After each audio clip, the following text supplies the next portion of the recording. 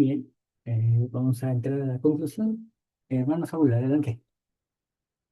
Hay una pregunta en el chat ahorita.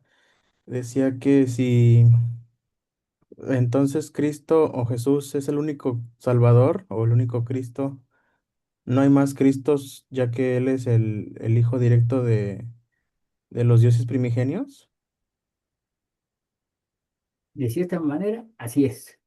Eh, Ahora, hay que entender también que, por ejemplo, ahorita nuestra hermana Alejandra mencionaba a Moisés como alguien que intercede por el pueblo. Él es un Cristo. Ahora, eso considerando que tiene un papel intercesor, pero todos los reyes son Cristos. Todos aquellos que nacieron para gobernar son Cristos. Ah, ya no en su plenitud en la actualidad, por ejemplo, todos los presidentes de las naciones no son ungidos. Entonces ellos pues no son Mesías, no son Cristos. Entonces, ¿cuál es lo que se busca? Que cumplan, que los hijos de Dios cumplan todos los requisitos para ser Cristos. Por eso es que tenemos que llegar a ser como Cristo. Es decir, tenemos que ser profeta y tenemos que ser sacerdote. Una vez que ya tenemos esas dos piezas, entonces también sumarle la de ser reyes. Y teniendo ya esas tres cosas, profetas, sacerdotes y reyes, que eran los tres papeles de los seres ungidos en la antigüedad, entonces todos aquellos que cumplan estas tres cosas entran en la categoría de hijos de Dios y por lo tanto herederos al reino. De lo contrario, no pueden ser herederos. Sí, dime, Saúl. Ah, ok, entonces por eso se nos unge, ¿no? Para llegar a ser reyes y sacerdotes, pero faltaría esa parte de profeta, como menciona usted. Eso ya lo tenemos. Ah, Y ok. recibimos el Espíritu Santo dándonos testimonio de Cristo. En teoría deberíamos de ser ya Así es. profetas. Ah, ok, gracias. Por esa razón es que yo les decía, eh, no es correcto decirle al presidente de la iglesia el profeta. El profeta es algo que todos somos o todos deberíamos ser en la iglesia, porque se supone que estamos aquí porque tenemos un testimonio de Cristo. Entonces, decir que tenemos un profeta es bueno, se le llama silogismo, es decir, un argumento que se contradice en sí mismo, porque para tener testimonio de Cristo necesitamos espíritus de profecía y eso nos constituye en profetas. Para eso no se unge con aceite, eso ya viene en automático al momento de recibir el Espíritu Santo. El siguiente nivel, que es el de sacerdotes, tampoco llega por la imposición de manos, llega por decreto, llega por juramento y convenio, que es el sacerdocio de Melquisedec, y con eso entonces entramos en la categoría sacerdotal. Posteriormente, ya ahora sí, viene lo que recibimos en el templo, las primicias, que es para prepararnos para llegar a ser reyes y reinas, sacerdotes y sacerdotisas del más alto Dios. Y en la segunda unción viene esta parte de ser consagrados ya, es decir, apartados para ser reyes y reinas del mundo. Entonces, es esta la graduación, por decirlo de alguna manera, en la que nos convertimos en hijos de Dios y somos candidatos a ser coherederos con Cristo. Entonces, más allá de una situación administrativa, es una situación de que nosotros tenemos que prepararnos constante y continuamente para poder cumplir con estas tres características. No podemos dejar de ser profetas a pesar de que no siempre lo vamos a hacer. Es decir, Vamos a ser seres comunes como cualquier otro, pero cuando tengamos que ser profetas, dejemos que la lengua sea desatada. Cuando tengamos que ser sacerdotes o sacerdotisas, que venga la bendición, que salga de nuestras manos ese poder.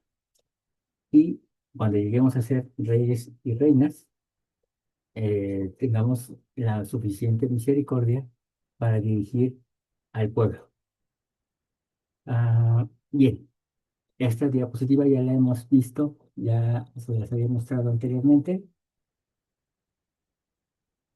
¿Estarías dispuesto a destruir y descrear todo contrato, promesa, juramento o lealtad que te impida actualizar más experiencias grandiosas y divertidas en tu vida? Obviamente, hermanos, suena bastante radical esta idea, bastante, dirían algunos, hasta un poco eh, hereje, ¿no? Pero, ¿qué tanto estamos dispuestos a desprendernos de los dogmas que hemos traído, que hemos estado recibiendo constantemente? Y que, por cierto, muchos de ellos nos los hemos construido solitos, porque ni siquiera los líderes han descrito lo que hemos explicado aquí. No obstante, las construcciones mentales las hemos hecho nosotros solitos. Hermanos, la verdad es lo más grandioso para actualizar en mi vida.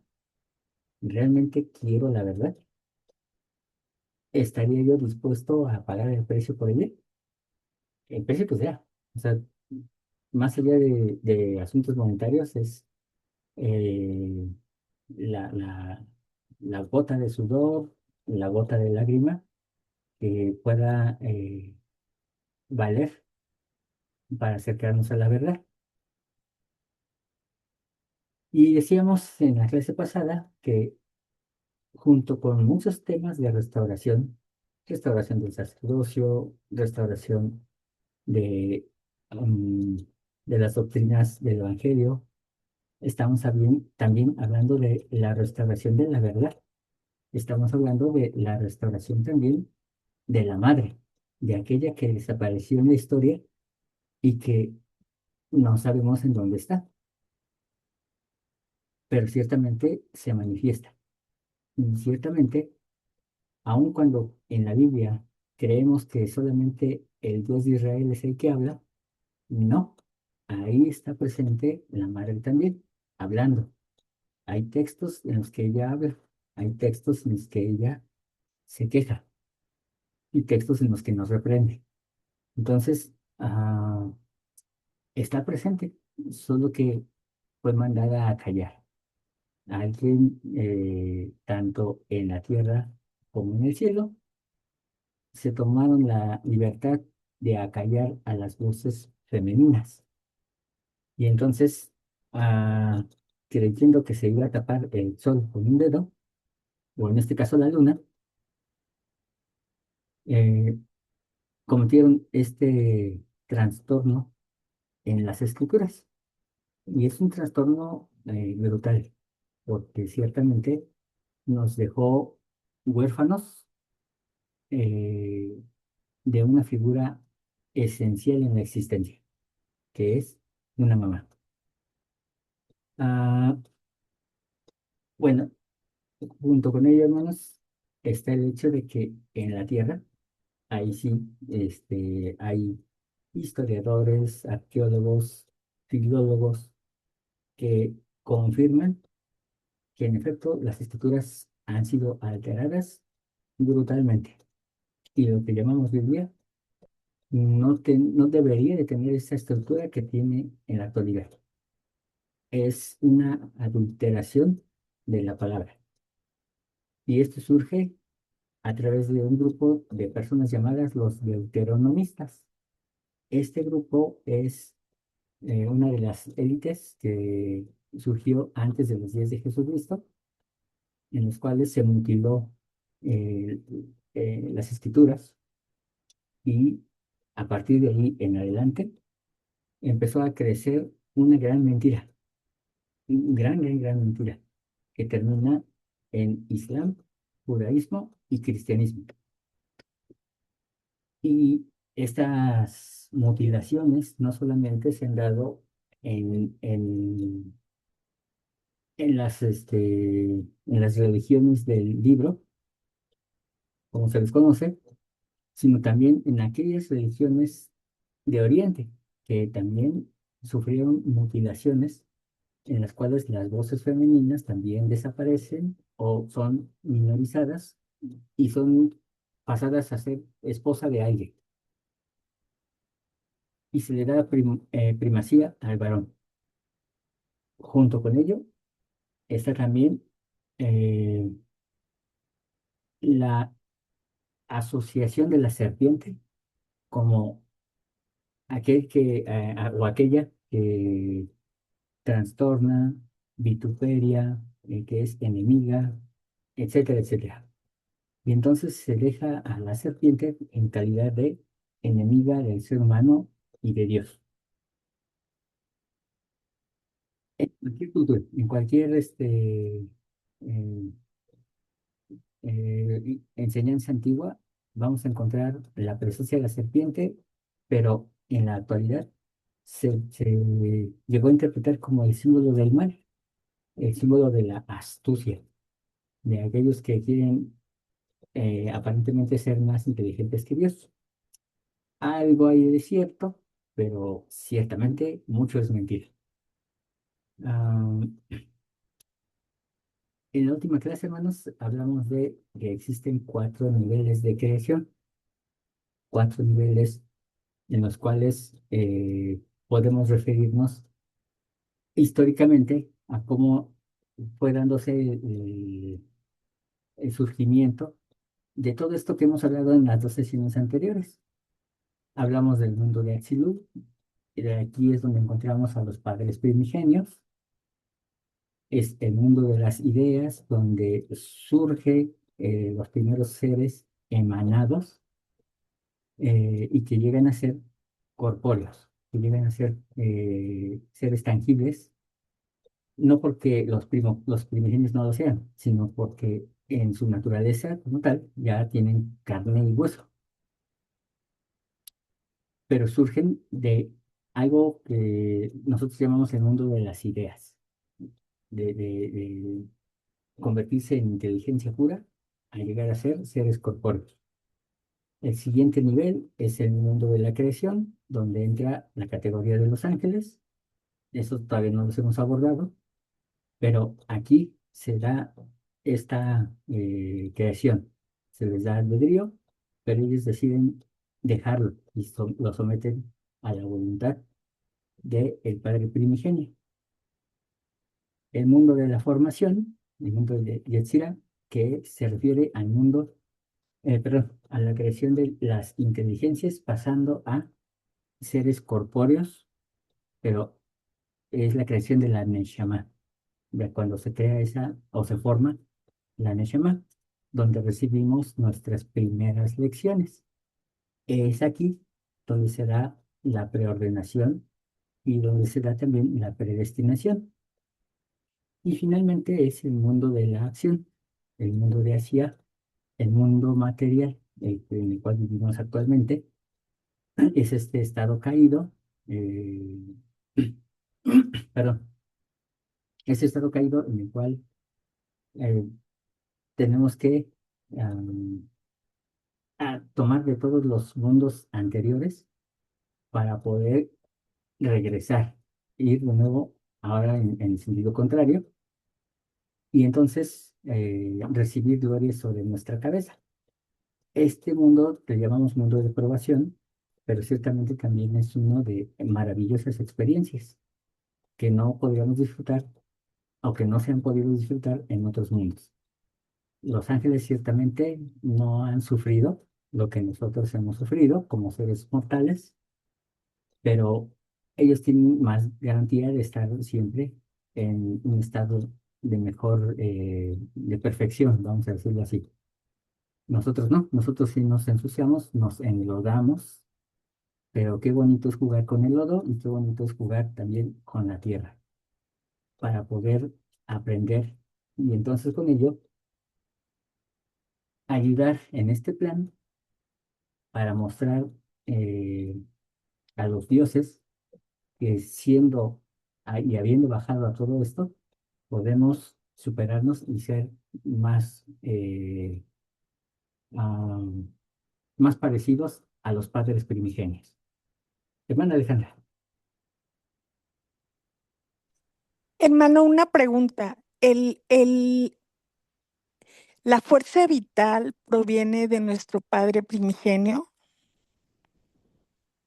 sí, de la madre primigenia. ¿De la madre? Ajá, de la madre primigenia. Ok, gracias. Muy bien. Ahora, algunos de ustedes me han preguntado si José Smith habló de esto, ¿no? Y bueno, les decía que sí, sí hay, no lo habló así en estos términos que se usan en el judaísmo y sobre todo en la Cábala, pero sí habló de estas etapas y en la clase anterior analizamos esos escritos de lo que José Smith dijo respecto a cada mundo y la creación que se lleva a cabo en ese nivel. El árbol de la vida también se manifiesta a nivel microcosmos, es decir, a nivel cada uno de nosotros, donde eh, cada etapa está también representando una parte de nuestro organismo. Y así entonces, hermanos, tenemos que el primer nivel corresponde a la cabeza, es el mundo de las ideas. Después le sigue la que representa el corazón, donde estaban representados los ángeles, que es donde surgen todas las intenciones con las cuales se actúa. Posteriormente, el- es el mundo de donde se crean las inteligencias, pasando a ser una Neshama entera. Y entonces estamos hablando de que es el mundo el mundo espiritual, es el mundo de las emociones, el cual está representado en todas nuestras vísceras, aunque el judaísmo de manera un tanto oficial indica que es el hígado, pero en realidad es todo la parte central del estómago. Y finalmente, el Malhut, que es el último nivel, el mundo de la acción, que está representado en los órganos genitales. Esta parte es lo que conocemos como la base de la columna. En realidad, en la Kundalini no es la base de la base de la columna es el coxis y eso está atrás. Es como esa parte que indica que en alguna vez tuvimos cola, pero en realidad no es ahí, en realidad está abajo, entre el ano y los genitales. Ese huesito que está ahí es la base. Es ahí donde encontramos la energía de la Kundalini o la energía de Malhut, en el caso de la Kabbalah, y está asociada obviamente a la fuerza que se da en una relación sexual. Pero no se limita solamente a eso. En realidad es el fundamento. Y el fundamento tiene que ver con la voluntad de hacer, de ser, o sea, es lo que somos en sí. Por eso es que es tan importante ese asunto de la sexualidad asociado a la voluntad. Por eso es que quien no tiene una idea correcta de lo que es y dice yo soy árbol y pues me multiplico como árbol, pues ciertamente algo está mal. No solo mentalmente, sino en realidad en todo su alma hay un error. Y obviamente esta energía empieza a distrofiar el organismo, empieza a ser algo negativo. Y finalmente así podemos decir que está representado todo nuestro ser en el árbol. Entonces, si ustedes se dan cuenta, estamos nosotros ahí en el árbol de la vida, pero también todo el universo, o más bien todos los universos, están representados también ahí. De tal forma que el proceso puede leerse de arriba hacia abajo o de abajo hacia arriba. En este caso, si lo viéramos de manera individual, sería de abajo hacia arriba. Entender nuestro proceso de llegar a ser como los padres primigenios. Pero si lo vemos históricamente, lo leemos de abajo, de arriba, perdón, hacia abajo, vemos el proceso de la creación y vemos cómo es que se fueron dando estas emanaciones. Y aquí es donde vamos a concluir nuestra clase de hoy. Encontramos a muchas mamás diosas, pero se le conoce con un nombre en particular. Ahorita voy a decirles cuál. Cibeles, madre de los dioses, perdón, en Frigia, en Turquía. Ahora, ¿por qué la puse a ella primero? Porque es Turquía donde muchas de las profecías y muchos de los eventos de los últimos días están señalados. Cuando Juan recibe el Apocalipsis, la dirige, todas sus 7 cartas las escribe a las 7 iglesias que están en Turquía. Eh, la iglesia en su forma primigenia, como iglesia, se extendió principalmente en Turquía, más allá de haberlo hecho en el Asia Menor, perdón, en lo que es el Medio Oriente, se hizo ahí en Turquía, que es el Asia Menor. Entonces, por eso es que la pongo ahí primero, pero fuera de eso es indistinto. Ella tiene ah, sus curvantes. Sus curvantes son sus danzantes, aquellos que van dirigiendo la carroza, aquellos que van dándole movilidad a, a su presencia. De tal forma que esto, eh, en términos generales, es el carro en el que se mueve. No se olviden de estos curvantes, porque más adelante hablaremos de ellos, pero para que no quede, o más bien para que ayude a fijar un poquito la idea en la mente, los curvantes tienen que ver con los ángeles y son seres asexuales. Ah, de- a esta madre la tenemos también con otros nombres, dependiendo de la cultura. Gea en Grecia, Terra en Roma, Isis en Israel, o mejor conocido como Egipto, Astarte en Canaán, Inanna en Sumeria. Y entonces ahí estamos viendo diferentes nombres, pero lo que no sabemos es si son de una misma o si representan a diferentes generaciones. Ese es el gran detalle que hay en el asunto de la madre.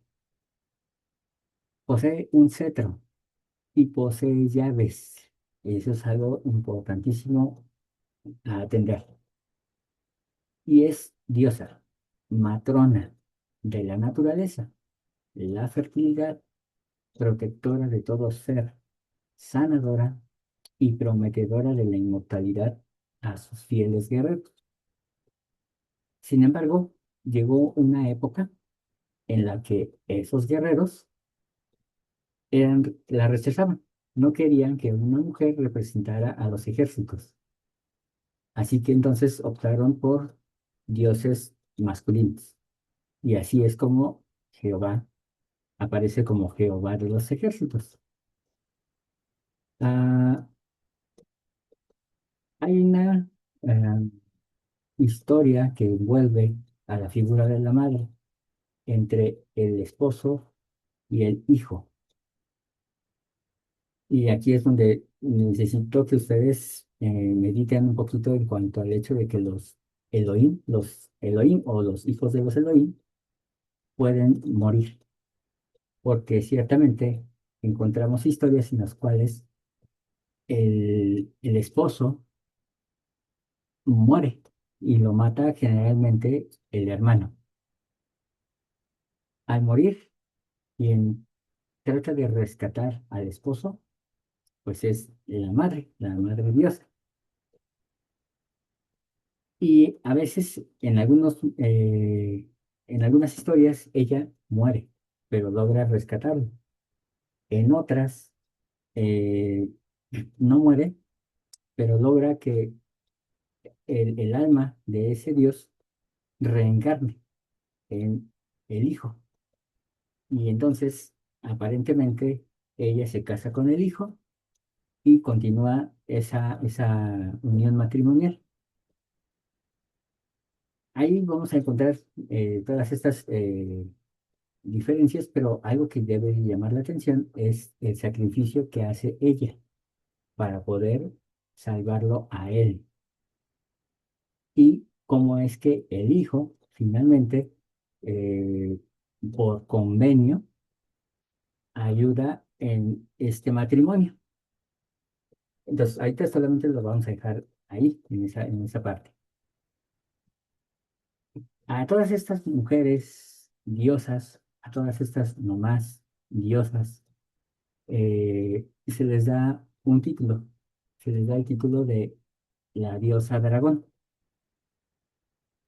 Y se le conoce así porque ellas representan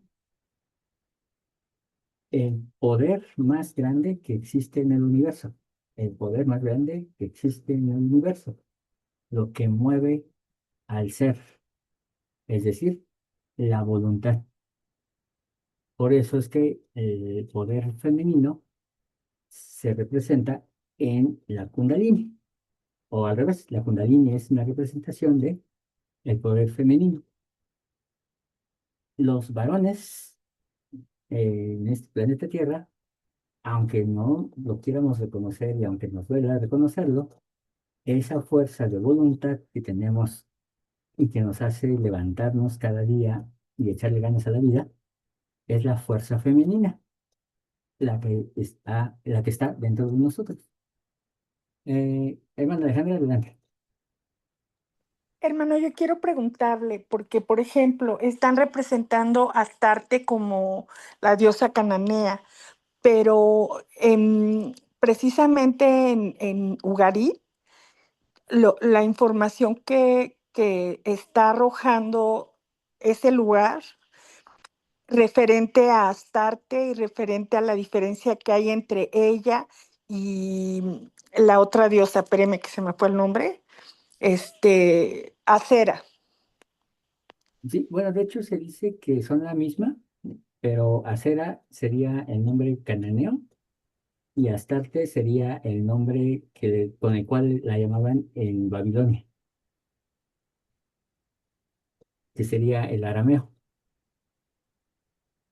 Lo que yo no sé, pero lo que yo entendí de lo que yo leí era que Astarte, sí, efectivamente de Babilonia, pero están ubicando a la diosa, está habiendo una diferencia porque la diosa que se maneja en los filisteos es una diosa que inclusive proviene del mar Ujú.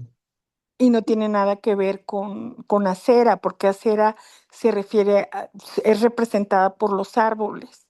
Así es. A- Además, hay como una confusión en el sentido de que Yahvé y su acera, que eso está en ese lugar, Ujú. este, es, es como que Yahvé tomó la posición de él, o sea, por sincretismo se llama. Así es. Él ocupó ese puesto, esa posición, por encima de él y de Baal, lo sustituyó, vamos a decirlo así, y que además lo están ubicando como su consorte, es como si fuera su Ujú. madre hermana, o sea, muy raro, o sea, una cosa muy rara. Sí, claro. Y de hecho también hay una diosa que está presente, que es mortal, que se llama Anat. Ajá. Entonces, es como dentro de este rollo, Pues yo tengo como muchas preguntas, pero bueno, lo que pasa, nada más quería comentarle esto de Acera y de Astarte. Ok, gracias, hermana. De hecho, Gracias. gracias por mencionarlo. Sí es muy importante tomar en cuenta esto, porque vamos a encontrar, yo solamente les mencioné como algunas, pero en realidad hay muchas madres celestiales que se mencionan. Algunas son historias equiparables y en otras hay notables diferencias. No obstante, en muchas ocasiones vamos a encontrar que siendo historias un tanto diferentes, eh, los nombres son equivalentes por razones de lenguaje. Pero en otras ocasiones que las historias son exactamente las mismas, los nombres son totalmente distintos. E incluso se habla de que los padres de ellos, o de ellas en este caso, son totalmente diferentes.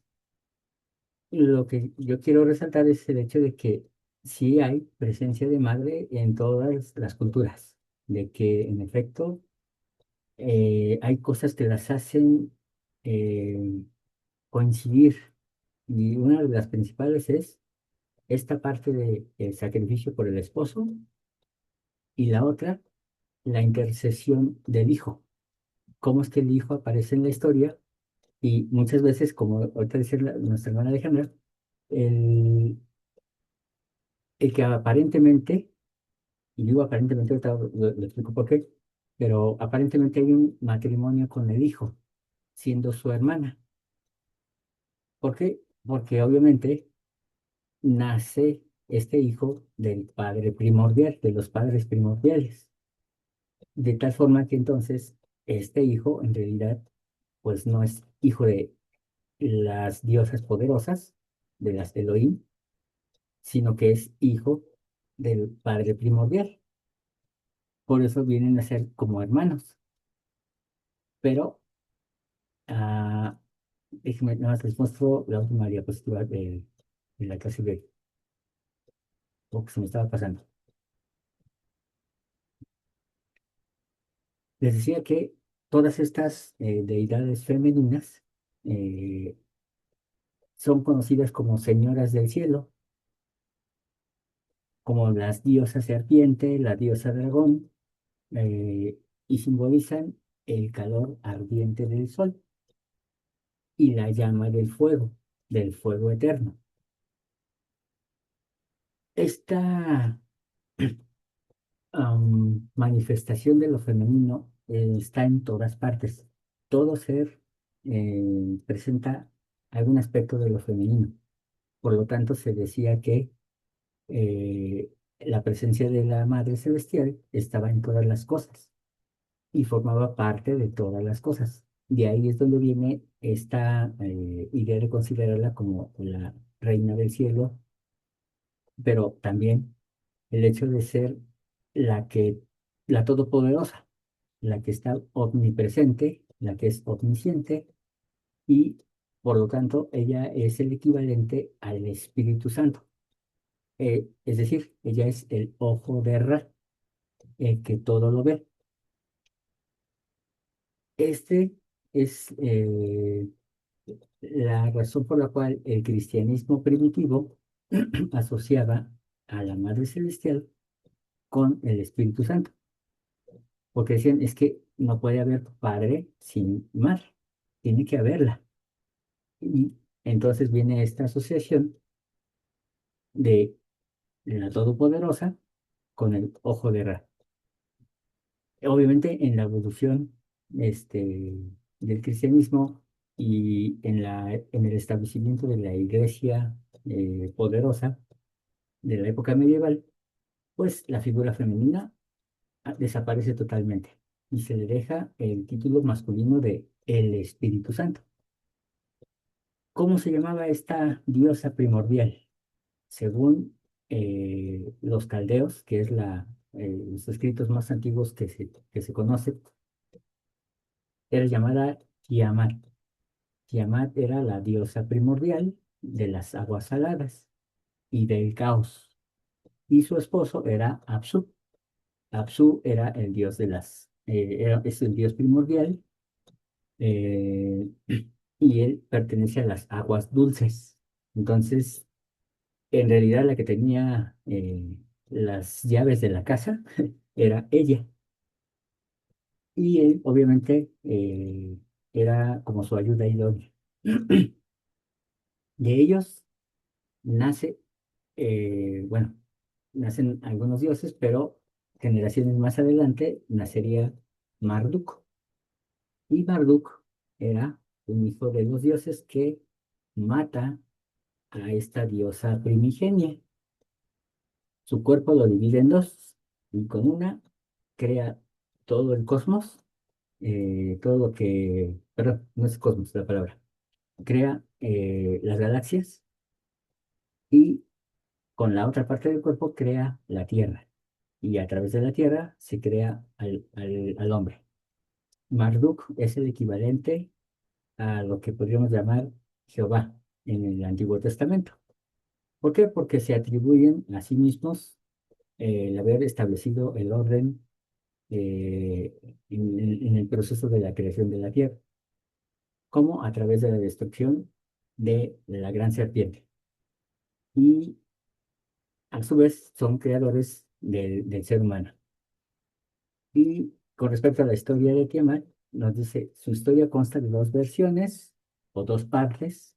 La primera es como una diosa creadora del mar cósmico, de todas las galaxias, en unión sagrada con Apsu, dios de las aguas dulces. La otra historia indica que se convirtió en una encarnación monstruosa, es decir, alguien la hizo enojar y, como quien dice, la perdimos, porque se convirtió en caos absoluto, en forma de serpiente, de una serpiente con alas. Ella es la que trae los dragones, y los dragones no son precisamente más que otras especies de serpientes con alas o serpientes voladoras, y se mencionan aquí algunos de sus hijos. Solamente los quise poner, no tanto para que nos aprendiéramos los nombres, sino para que viéramos que en algunos de estos nombres radica algún principio interesante. Por ejemplo, eh, vemos en los últimos un hombre toro, un hombre pez, vemos también un hombre escorpión. O sea, no son, aparentemente son hombres, tienen una parte humanoide y tienen otra parte que no es del todo humana. Mitológicamente podríamos decir que representan las características de algún rey que tuvo cierta característica y por la cual fue nombrado de esa manera, como hombre pez, como hombre escorpión. Pero en realidad también están algunos representados en las constelaciones y encontramos, por ejemplo, el símbolo del pez, el símbolo del toro en las constelaciones. Finalmente, todos estos aspectos están íntimamente asociados. Ok, ahora sí, hermanos, hasta aquí le dejo con el tema de la clase de hoy. Sí, Ah, bueno, sí, ¿puedo participar? sí, adelante, claro. Bueno, usted al llamarle que tenemos,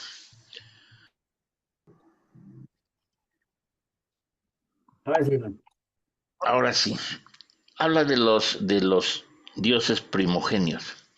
Entonces aquí choco, yo, choco con la idea del primer mandamiento, de un solo Dios.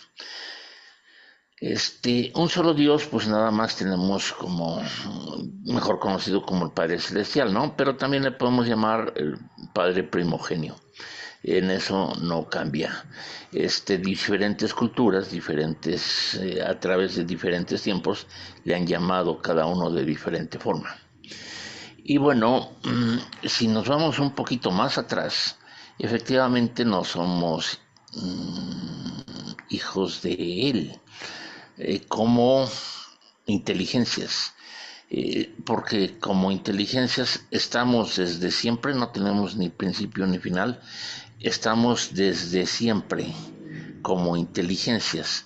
Después, para ser creados como espíritus, el Padre primogenio o el Padre celestial se desdobla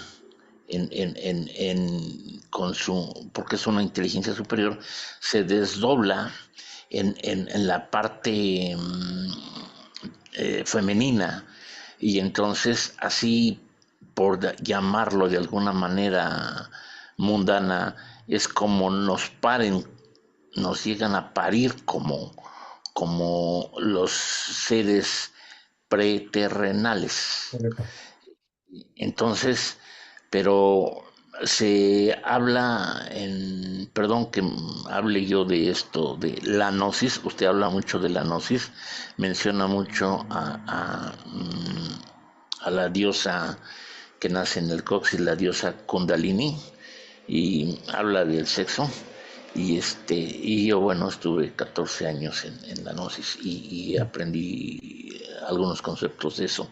Entonces, en la gnosis se dice que Dios, el primogenio, es un ser andrógeno, que es mitad hombre y mitad mujer. Nosotros, como somos creados a imagen y semejanza de Él, también tenemos ahorita me tocó ser varón, pero también tengo muchas hormonas femeninas y también tengo muchos comportamientos femeninos, y las mujeres también tienen muchos comportamientos masculinos. ¿Por qué? Porque somos creados a imagen y semejanza de Él, que Él es un ser andrógeno. Pero cuando somos realmente como los dioses, somos realmente como Él, cuando estamos unidos en el coito carnal. Es en ese momento cuando podemos crear y podemos destruir. Es cuando realmente tenemos el poder de Dios, ¿no? Y es cuando realmente hacemos que ascienda Kundalini, si en nuestro corazón y en nuestra mente tenemos amor y tenemos Unidad. como objetivo la creación. Pero eso, eso que menciona, pues está, digo, para mí es bastante eh, como que familiar y al mismo tiempo novedoso, pero me gusta, me gusta. Nada más quería hacer ese comentario. Muchas gracias, Al Juan. contrario, muchas gracias por este aporte. En efecto, ya nos estamos dando un poquito a la próxima clase, pero ah, es ese acto lo que hace la diferencia en el jardín de Edén.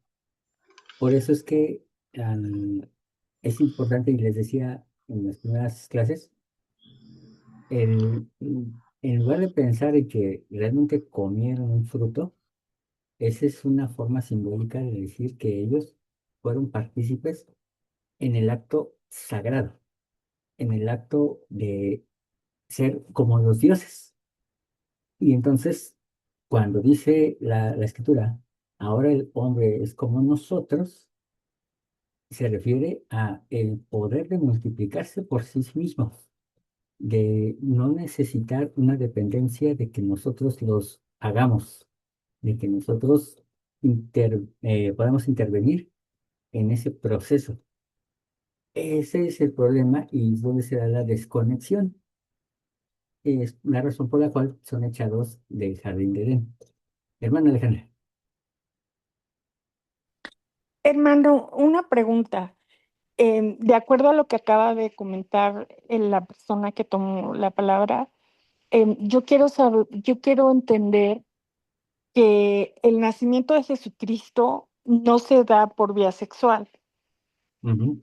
De hecho, muchas personas que han tenido una trascendencia importante en la historia de la humanidad espiritual también no han tenido nacimientos utilizando la vía sexual.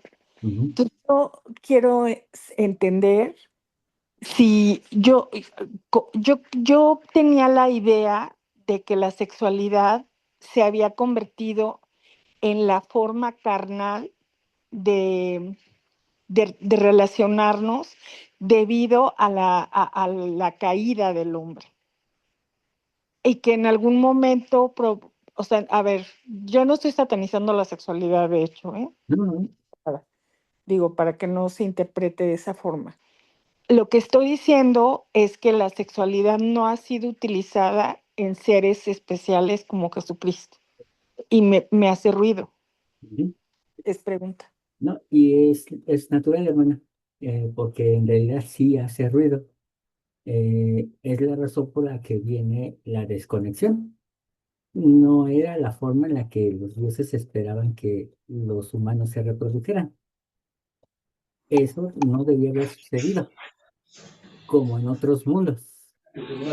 Eh, ¿Por qué? Estoy checando eso. Yo estoy en una conferencia.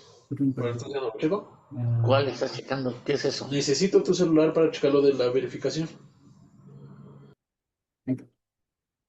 ok. Ah, tenemos entonces que entender que junto con, junto con la madre está también la figura de Lucifer, o bueno, como así hemos creído que fue. En realidad Lucifer no fue, fue otro personaje, pero esa persona que llega al jardín y le dice a la serpiente, ve con Eva y dile esto, bueno, en realidad son dos dioses, son dos Elohim. Uno de ellos es el portador de la luz y la otra es poseedora de la sabiduría, de la astucia. De tal forma que entonces podemos entender que ella era la madre, la serpiente, y él, el que habló a través de ella, era Lucifer, el portador de la luz. Entonces, tanto el portador de la luz como la serpiente, que era nuestra madre, hablan con Eva.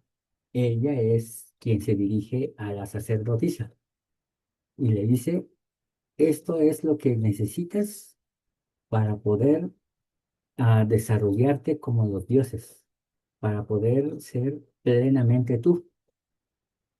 Y entonces, ese conocimiento que le aportan ambos, tanto el portador de la luz como la serpiente, es lo que acarrea este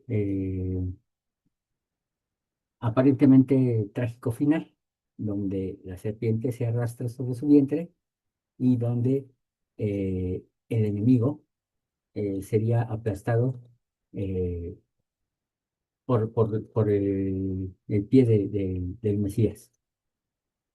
Pero si se dan cuenta, ah, es ahí donde estamos desenmarañando un poquito más el, el el proceso de la caída.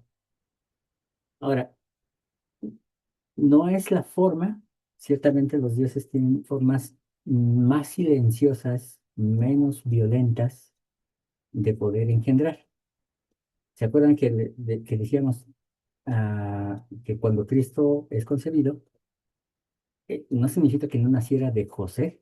Por supuesto que estaban los genes de José, pero ciertamente no era una concepción ruidosa, estruendosa, eh, no era una relación violenta.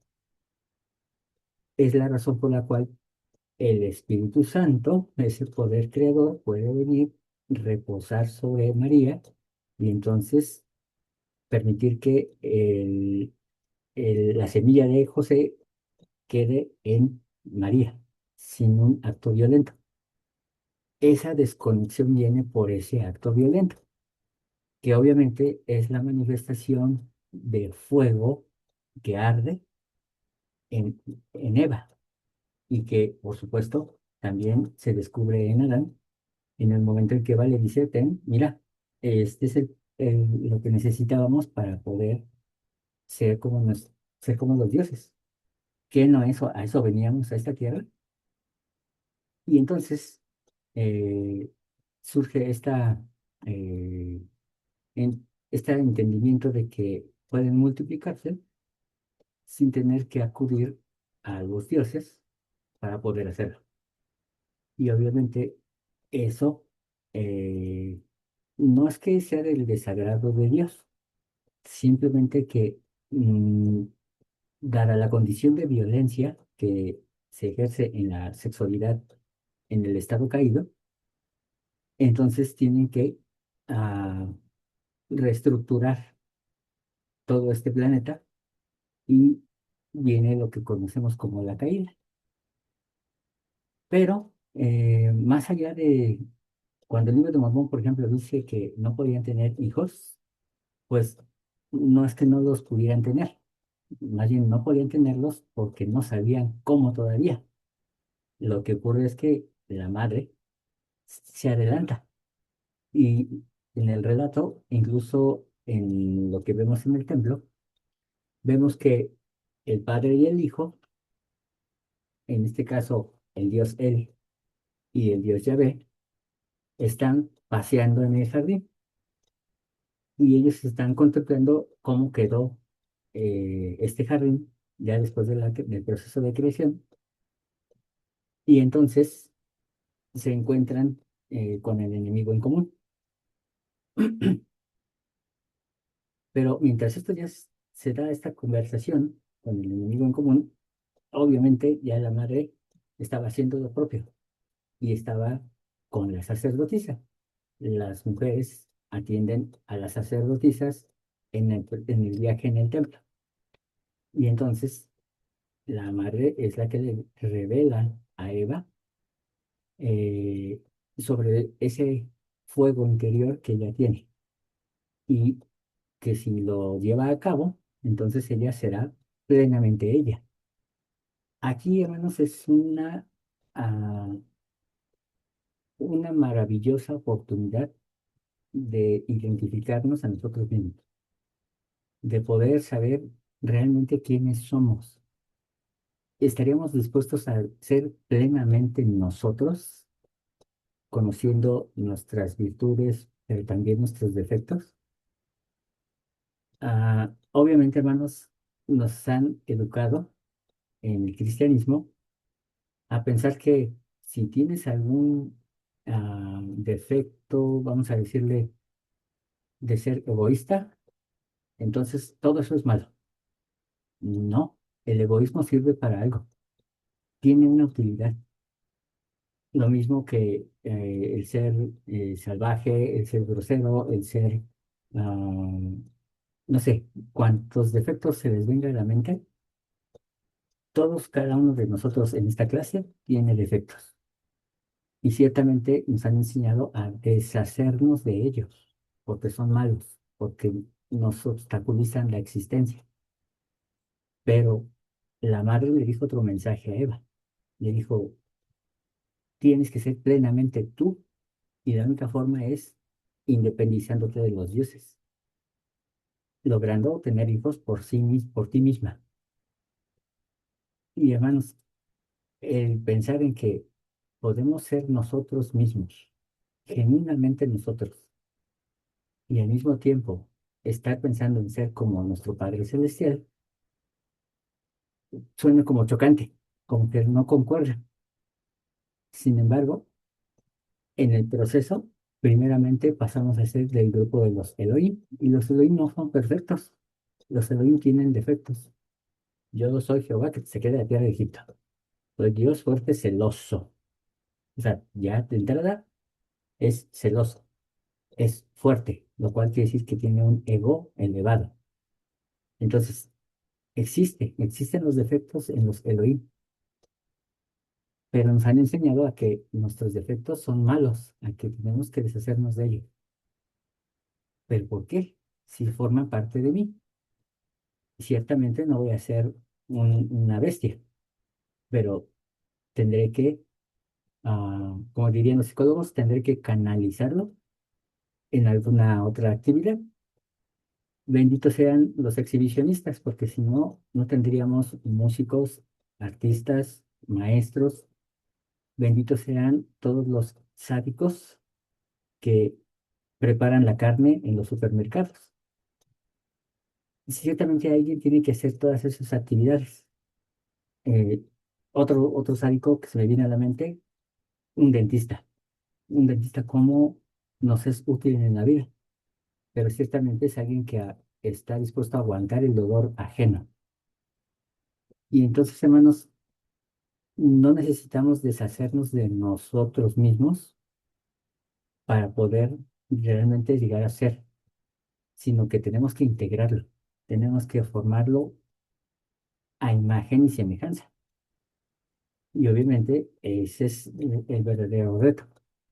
Y dentro de todo esto, obviamente hay una ayuda que viene de arriba. Y esa ayuda es la tribulación. La tribulación es el fuego que desciende, un fuego que nos purifica, un fuego que nos somete para darnos forma, para templarnos. Y entonces hay veces que yo sé, muchos de nosotros ya quisiéramos bajarnos y decimos, ya, hasta aquí. Pero ciertamente cuando los dos fuegos se cruzan, el que asciende y el que desciende, se forman grandes milagros, se forman grandes personajes. Y hermanos, yo no dudo que en este grupo los hay, porque ciertamente muchos de ustedes están pasando por grandes tribulaciones, pero al mismo tiempo saben sacar fuerzas, saben sacar la voluntad hasta debajo de las piedras. Y entonces, hermanos, eso es maravilloso, el poder ver cómo esa fuerza creadora que hay dentro de nosotros se transforma y nos transforma a nosotros en realmente quienes somos. Ahí es donde de a de veras se muestra que somos dioses en embrión.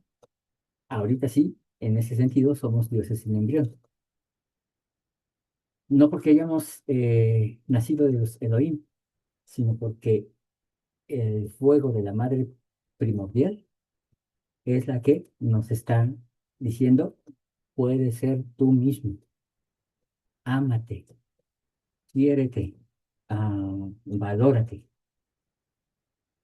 Y también el Padre nos dice, sé mesurado, ah, sométete, tienes que aprender a dar. Y nosotros tenemos que encontrar el equilibrio. ¿Se acuerdan de estos dos jovencitos de la caricatura? Que ellos ven el fuego y dicen, ahora entiendo. Quienes puedan ver la serie van a darse cuenta de que ellos lo que aprenden es ser ellos mismos, a no tener miedo de su fuego interior, pero al mismo tiempo a saber que su deber es controlarlo. Y hermanos, eso es extraordinario, considerando que es la propia madre la que nos da esa oportunidad de decirnos, sé tú mismo. No, no finjas ser otro ni quieras ser otro. No necesitas decir, yo soy un árbol para ser un árbol. Necesitas ser tú mismo. Pero si dejamos que estas ideas de este siglo, ah, pues obviamente invadan a los jóvenes y se vaya extendiendo, ciertamente vendrá una distorsión de lo que somos y entonces ciertamente la fuerza interior los va a terminar destruyendo porque no encaja con esa concepción de quiénes son. Es importante esa alineación de la cabeza y de la base. Si eso no existe, entonces se va a dar una desconexión brutal que termina en caos.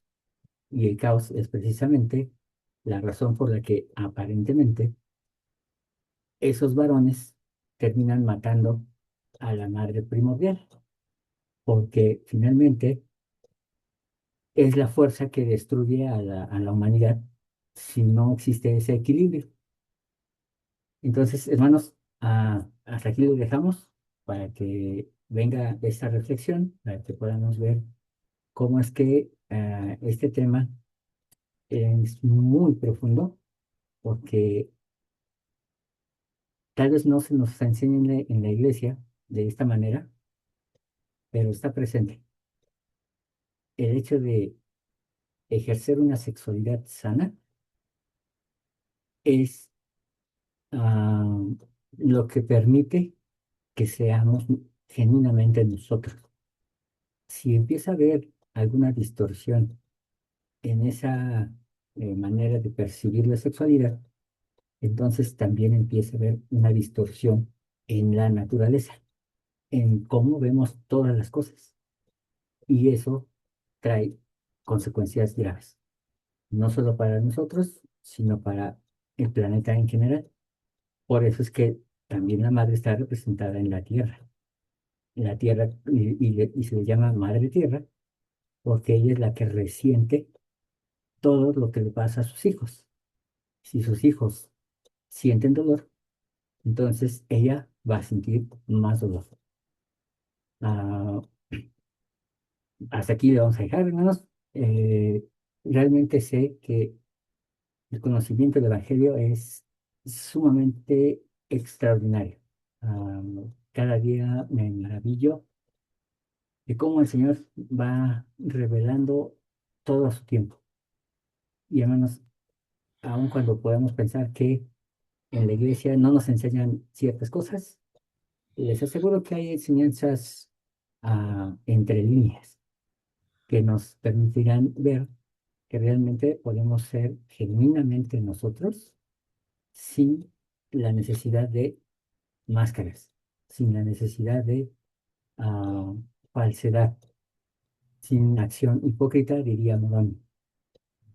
Podemos ser genuinamente genuinos, valga la redundancia, pero menciono esto porque a veces somos genuinamente equívocos y vamos con mucha buena intención, pero erramos. Podemos acertar al mismo tiempo que estamos eh, siendo nosotros mismos, aún con todos nuestros errores. Y el amor de nuestros padres celestiales siempre estará abierto para nosotros. Que ojalá podamos comprender ah, ese amor tan grande que existe en el universo para este planeta, para estos que estamos aquí, sufriendo y padeciendo ciertamente, pero también esperando una gran recompensa porque no cualquiera hereda, solamente los hijos primogénitos. Y comparto esto en el nombre de Jesucristo. Amén. ¿Le puedo hacer una pregunta personal? Sí, ¿Lo que trae colgando en el cuello es la estrella de David o es el tetragramatón? es la estrella de David, Es la estrella de David. Gracias. que en realidad su nombre más oficial dentro del judaísmo es el sello de Melquisedec. Sí, el sello de Melquisedec de 8 puntas. Bien, hermanos, pues vamos a terminar con una oración. Muchas gracias por su asistencia y por el aguante. Vamos a terminar con nuestra oración. Y, hermana Sonia, ¿podría usted ayudarnos con la oración? Sí, Juan, Muchas gracias. tengo que estudiar mucho porque entendí como el 1% de todo esto. Nuestro, nuestro amado Padre Celestial, en esta noche te damos gracias porque nos bendice, Señor, en el día, en nuestras necesidades, en nuestro trabajo. Gracias por tener a nuestra familia y gracias, Padre, también aún por las pruebas que pasamos. Bendícenos para que en esta noche podamos dormir y descansar con tranquilidad. Permite, Padre, que Juan Carlos pueda tener una noche tranquila. Bendícele en su trabajo, bendícele. eh, en sus dificultades, Padre, y ayúdanos también a cada uno en los propios. Bendice a nuestras familias y por favor permítenos siempre tener nuestro conocimiento y nuestra disposición para aprender abiertos. Perdona nuestras imperfecciones, te lo pedimos con humildad en el nombre de nuestro Señor Jesucristo. Amén. Amén. Amén. Muchas gracias, hermanos. Amén. Gracias por haber estado. Les mando un fuerte abrazo. Que Dios les bendiga. Y voy a ver si puedo darles una clasecita el día sábado para que podamos avanzar. Mientras tanto, cenen rico y a dormir. Gracias, Fernando. Gracias, hermano, por Gracias todo. a ustedes.